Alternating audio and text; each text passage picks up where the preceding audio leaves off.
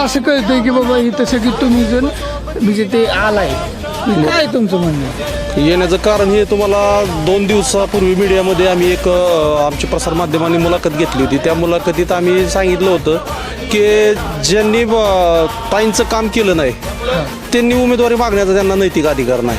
आणि दुसरं म्हणजे सर्वात महत्त्वाचं की पक्षात न येता पवारसाहेबांचा फोटो वापरणं, तुतारी चिन्ह वापरणं हे आम्हाला मुळीच कोणत्याच कार्यकर्त्यांना पटलं नव्हतं. पण ते लावत होते.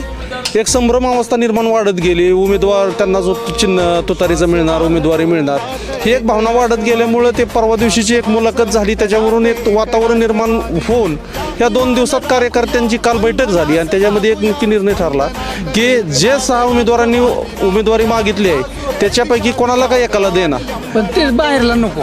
बाहेरचा उमेदवार आम्हाला चालणारच नाही. हे पक्षातल्या लोकांनी काम केलं, हे काय कशासाठी केलं? आणि समजा चुकून साहेबांना समजा घेतलंच तर मग नाही ना, तसं शक्य होणार नाही. साहेबांना पण समजा घेतलं. 2 मिनिटं आहे का, जर तरच्या गोष्टीत नसत्या चालत. साहेबांना पण माहीत आहे ताईंना निवडून आणण्याच्या वेळेस ते विरोधात काम करत होते आणि घेण्याचा प्रश्नच उद्भवत नाही. कारण ज्यांनी विरोधात ताईंना 5 महिन्यापूर्वी काम केलंय विरोधात ताईंच्या, त्यांना आज घेतली तर ही सर्वसामान्य जनतेने 26,000 मताचं लीड दिलेलं आहे इंदापूर तालुक्यामध्ये. हे सर्वसामान्य जनतेने लीड दिलंय. त्यांना विश्वासघात होऊ शकतो की ज्या आजी माझे आमदार एकत्र असताना हे 26,000 मताचं लीड पडत असेल आणि जर त्याच्यातीलच उमेदवार जर एखादा येत असेल तर हा उमेदवार इंदापूर तालुका खपून घेणार नाही. आणि इंदापूर तालुक्याची एक संतप्त भावना एकच आहे की जो तुतारीमध्ये जो उमेदवार लढलेला आहे, जो तुतारी